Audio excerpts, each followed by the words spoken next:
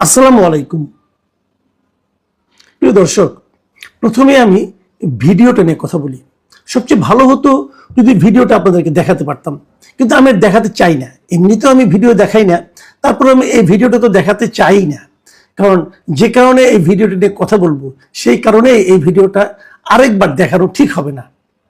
ভিডিওটাতে দুটো চরিত্র, একজন হলেন আপনাদের খুবই পরিচিত মুখ, আমাদেরও পরিচিত মুখ, আমার খুব পছন্দের একটা মুখ। আমি ব্যক্তিগতভাবে তাকে পছন্দ করি। তার সরাসরি কথা বলতে পারার দক্ষতা, যোগ্যতা এবং মানে যুক্তিগ্রাহ্য কথা বলার জন্য মিস্টার হাসনাত আবদুল্লাহ, উনি ভিডিওটা একটা চরিত্র। আরেকটা চরিত্র হলো ছোট একটা বাচ্চা। এখানে দুজনের কথোপকথন, ভিডিওটা কিন্তু খুব ছোট, বেশি বড় না, মোটেই বড় না। সেখানে হাসনাত আবদুল্লাহ বলছেন মির্জা আব্বাস কেডা, এবং জবাবে শিশিরা বলছে মির্জা আব্বাস চান্দাবাজ।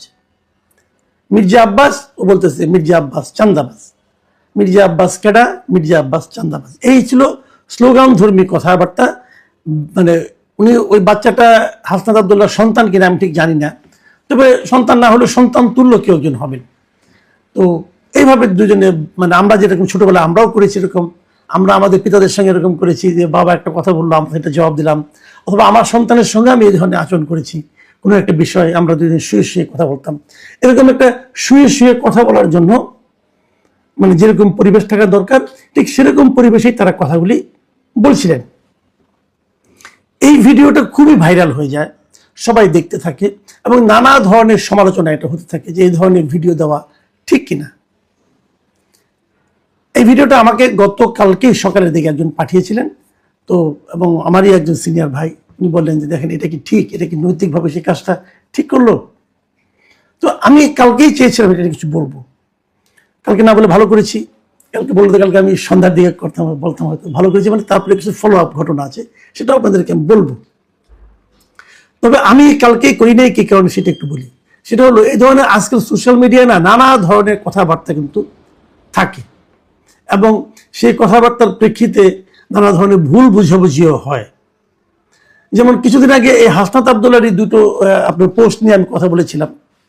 তো একটা পোস্ট হাসনাত আবদুল্লাহ দিয়েছিলেন, আরেকটা পরে যেটা কথা বলেছিলাম, পরে হাসনাত আবদুল্লাহ আমাকে ফোন করে বলেছিলেন যে এই কথাগুলো আমি বলি নাই, ওইটা আসলে আমার না, আমার নামে অন্য কেউ চালাচ্ছে। সোশ্যাল মিডিয়ায় কিন্তু এগুলিও হয়, অন্য কেউ চালায়, এমনভাবে কথা বলেছেন উনি বলেছেন। তো ওই অভিজ্ঞতার কারণেই আমিও পরে দেখলাম যে হ্যাঁ না, ওনার বক্তব্যই ঠিক। তো সেই কারণে আমি কালকে আর করিনি।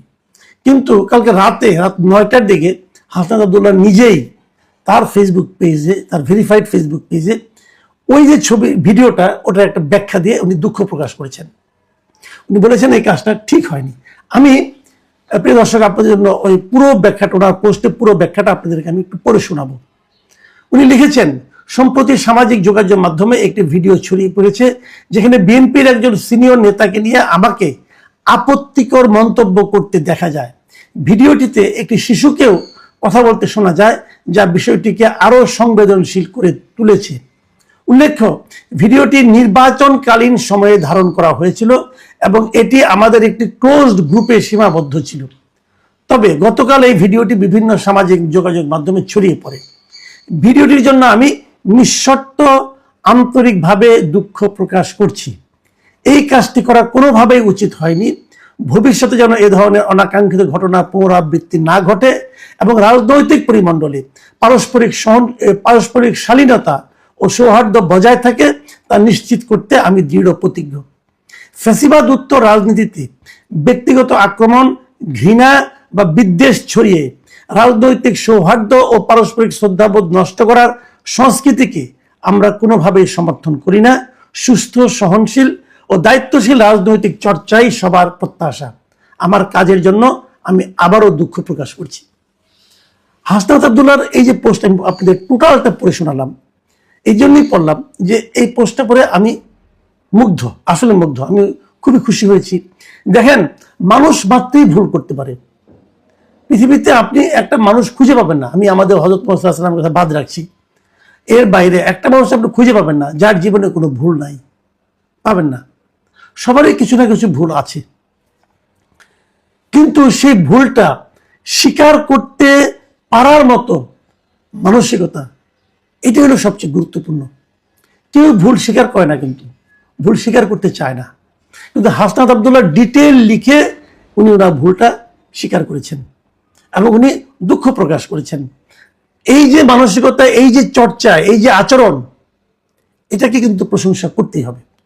আমি সেই ওনার সেই যে পোস্ট যেটা আছে, সেই পোস্টটা আমি দেখেছি এবং দেখার পর সেখানে আমি এটাও দেখেছি যে সেখানে কতগুলি মানুষ রিয়াকশন দিয়েছে, কতগুলি মানুষ কমেন্ট করেছে।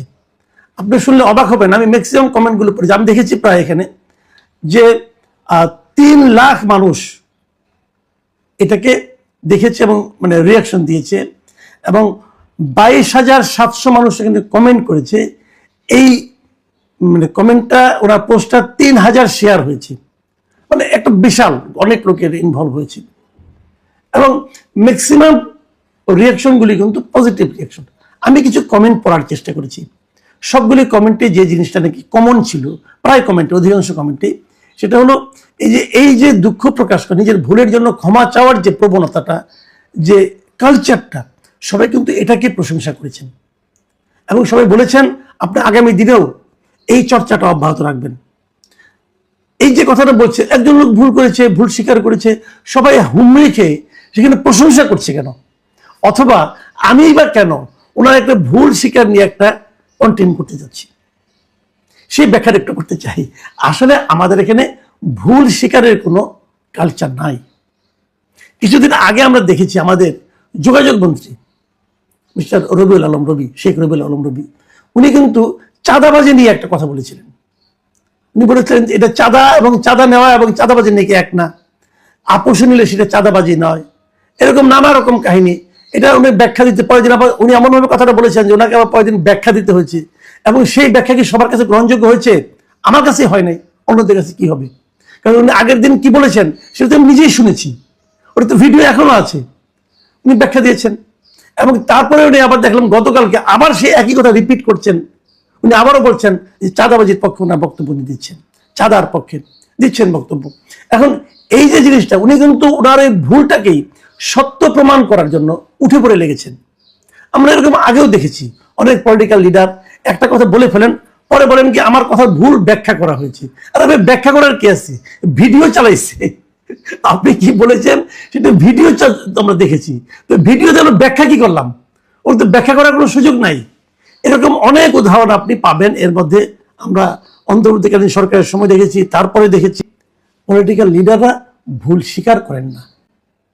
ভুল মানুষের হতে পারে এবং ভুল স্বীকার করাটাই মানবিক। যদি কেউ ভুল স্বীকার না করে তাহলে সে নিজেকে আর মানুষ মনে করে না, নিজেকে মহামানব বা আনব মনে করে অথবা ফেরেশতা মনে করে। ভাই, মহামানব অথবা ফেরেশতা সাজার চেষ্টা করেন না, মানুষ থাকেন। মানুষ থাকলে মানুষ আপনাকে আপনার কাছের লোক মনে করবে, এটুকু হাসনাত আব্দুল্লাহর প্রশংসা। এখন আরেকটা পয়েন্ট একটু কথা বলি। এই যে দৃশ্যটা আমি দেখেছি, ওই বাচ্চাটার হাতে কিন্তু একটা খেলনা পিস্তল ছিল, পিস্তলের মতো ছিল, ওটা খেলনা কিনা যায় না, খেলনাই হবে, একটা খেলনা পিস্তল ছিল। এবং খেলনা পিস্তল হাতে উনি যখন বলতেছেন হাসনাত আব্দুল্লাহর কথার প্রেক্ষিতে, তখন কি এই বাচ্চাটাকে কিন্তু এক ধরনের, আমার কাছে মনে হয়েছে এক ধরনের অ্যারোগেন্সি শেখানো হচ্ছে। আমাদের বাচ্চাকে কিন্তু আমরা এইভাবে মানুষ করব না। আমি যারই বাচ্চা হোক, আমি হাসনাত আব্দুল্লাহকে বলবো আপনার এটা রিয়াকশন হয়েছে, আপনি বলেছেন এটা আপনি নির্বাচনকালীন ওই টাইমটাতে আপনি এটা কাজটা করেছেন। নির্বাচন হয়ে গেছে তাও প্রায় আজকে 3 সপ্তাহ প্রায় হয়ে গেছে, কিন্তু তো এতদিন কিন্তু পরে যখন এটা ভাইরাল হয়েছে তখন আপনি বুঝতে পারছেন আপনি এটা ভুল করছেন।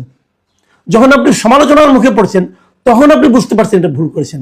যে বাচ্চাটাই আপনার সঙ্গে এই বাক্যালাপে অংশ নিচ্ছিল, সে বাচ্চাটা কি জানে যে কাজটা ভুল ছিল তার? সে বাচ্চাটা কিন্তু জানে না। সে বাচ্চাটা কিন্তু এই ধরনের ধারণা নিয়েই বড় হতে থাকবে। তার শিক্ষা কিন্তু এটাই হবে যে হাতে একটা পিস্তল নিয়ে বলতে হবে ও চাঁদাবাজ, ও ঘুষখোর, ও মদখোর, এগুলি বলতে থাকবে। এখন এই প্রবণতাটাকে আপনি এতদিন কেন করেন না? এতদিন আপনি ওই বাচ্চাটাকে অথবা ওই বাচ্চার মাকে অথবা এদেরকে আপনি ভুলটা, আপনি যে ভুলটা ফেসবুকে স্বীকার করলেন, সেই ভুলটাকে ওদের কাছে স্বীকার করেছেন যে বাবা এই কাজটা তোমার বলা ঠিক হয় নাই, আমরা ওনাকে চাঁদাবাজ বলবো না। এটার আবার আরেকটা ঝামেলা আছে। আরেকটা ঝামেলা কি আছে, যে এই যে আপনি বললেন যে ভিডিওটির জন্য আমি নিঃশর্ত আন্তরিকভাবে দুঃখ প্রকাশ করছি, এই কাজটি কোনোভাবে করা উচিত হয়নি, এই যে কথাটা বললেন, কোন কাজটা করা উচিত হয়নি, এটা একটু আমি বুঝতে চাই। মানে মির্জা আব্বাসকে চান্দাবাজ বলা উচিত হয়নি, নাকি মির্জা আব্বাসকে চান্দাবাজ আমি বলতে পারবো, ক্লোজ গ্রুপে বলতে পারবো, কিন্তু এটাকে আমি পাবলিক করতে পারবো না, অথবা ভিডিও করলেও সেই ভিডিও ছড়িয়ে দিতে পারবো না, এটা ঠিক হয়নি। কোনটা? এটা কিন্তু আমার একটা বেসিক পয়েন্ট। এখন প্রশ্ন হচ্ছে যে আপনি যে বলেছেন মির্জা আব্বাস চান্দাবাজ যদি নির্বাচনের সময় হয়ে থাকে, তাহলে এই কথাটা কিন্তু আপনার যে সহকর্মী, আপনার দলের যে আরেকজন লোক মিস্টার নাসিরউদ্দিন পাটোয়ারি, উনিও কিন্তু নির্বাচনে প্রচারণা করার সময় সমানে বলে গেছেন। যদি আপনার বলা ঠিক না হয়ে থাকে, তাহলে ওনার কি বলা ঠিক হচ্ছে? তখন যে তারা বললো, তখনও তো ওনার এই বক্তব্য সব শিশু কিশোর সবাই শুনেছে। তো ওইটা কি ঠিক ছিল ভাই? এই ব্যাখ্যাটা কিন্তু খুব জরুরি। আর আরেকটা কথা, যদি উনি চাঁদাবাজ আসলেই হয়ে থাকেন, চাঁদাবাজকে তো চাঁদাবাজ বলা কোনো অন্যায় না, বলতেই পারেন আপনি। তো চাঁদাবাজির জন্য আমাদের কি করা উচিত? আপনি আইনের আশ্রয় নেবেন, কাউকে না কাউকে বলবেন, আইনকে মানে প্রশাসনকে বলবেন এই লোকটা চাঁদাবাজ, আমার হাতে তথ্য আছে, প্রমাণ আছে, সেটা আপনি সাপ্লাই দিবেন। সেটা সাপ্লাই না দিয়ে পাবলিককে যখন আপনি বলতে থাকেন, তখন তো আসলে আপনি এক ধরনের পাবলিক নিউসেন্স ক্রিয়েট করেন। সেটাও কি ঠিক? ভাবুন। আবার উল্টা দিকে আমি আরেকটা কথা বলি, যেরকম চাঁদাবাজ কি তারেক রহমানই বা কেন মনোনয়ন দিলেন? তার মানে কি উনি যদি আসলে চাঁদাবাজ হয়ে থাকেন, তাহলে তো এটা মারাত্মক একটা অন্যায় করেছেন। এই এতগুলি লোক তাকে ভোটই বা কেন দিল একজন চাঁদাবাজকে? সেটা কিন্তু একটা দেখার বিষয়। কাজে আমার বক্তব্যটা হলো যে মানুষের সমালোচনা করাই যায়, নানা বিষয়ে আপনি সমালোচনা করতে পারেন, কিন্তু সমালোচনার ভাষা যেন সংযত হয়, এবং সেই ভাষা আপনি যখন ক্লোজ ডোরে বলবেন, বন্ধু বান্ধবের মধ্যে বলবেন, তখনও যেন সংযত থাকে। যদি তখন সংযত রাখতে না পারেন, পরবর্তীতে কিন্তু আপনি ভুল করতে পারেন। যেমন এই বাচ্চার সঙ্গে আপনি ভুলে বলে ফেলেছেন, ওটা কিন্তু অভ্যাসের কারণে বলেছেন। আপনি কিন্তু মির্জা আব্বাস চান্দাবাজ এটা কিন্তু এই বাচ্চাকেই প্রথমবার বলেন নাই, আর অনেক বন্ধু বান্ধবের সঙ্গে বলছেন। বলতে বলতে এমন হয়ে গেছিল যে এটি আপনার কাছে স্বাভাবিক মনে হয়েছিল। যাই হোক, এই বিষয়গুলো আমার মনে হয় সবার একটু সচেতন থাকা উচিত। আমরা চাইবো কেউ চাঁদাবাজি করবেন না। যদি চাঁদাবাজি করেন, তাকে কেউ চাঁদাবাজ বলতে গেলে হাতে কিছু তথ্য প্রমাণ সহ আপনারা সংশ্লিষ্ট প্রশাসনের কাছে তথ্যগুলি দিবেন। আবার বলবেন প্রশাসন তো কিছু করবে না, ভয় পাবে, তাহলে তারেক রহমানের কাছে দেন, ওনার যে নেতা তাদের কাছে দেন, এবং তাদেরকেও বলবো যে কোনো চাঁদাবাজকে আপনারা মনোনয়ন দিন, আমাদের নেতা বানায়েন না। সবচেয়ে বড় কথা হলো প্রত্যেককে সম্মান করতে হবে যার যার জায়গায় রেখে। প্রিয় দর্শক, মির্জা আব্বাস চাঁদাবাজ কি চাঁদাবাজ না, এটা কিন্তু একদিনের ব্যাপার না। উনি অনেক দিন ধরে রাজনীতি করেন, অনেক দিন ধরে রাজনীতি যে লোক করে সেই চাঁদাবাজ, তারপরে তার লোককে ভোট দেয়, একটু কেমন যেন হয়ে গেল না? একটা মানুষের অনেক রকম ভুল থাকতে পারে, যেমন হাসনাত আব্দুল্লাহ আছে, হয়তো মির্জা আব্বাসেরও আছে, কিন্তু এইভাবে সুইপিং কমেন্ট, সেটাও কি ঠিক? এগুলি নিয়ে আমাদের একটু ভাবতে হবে। আপনারা ভাবুন। এখন এই পর্যন্তই। আল্লাহ হাফিজ।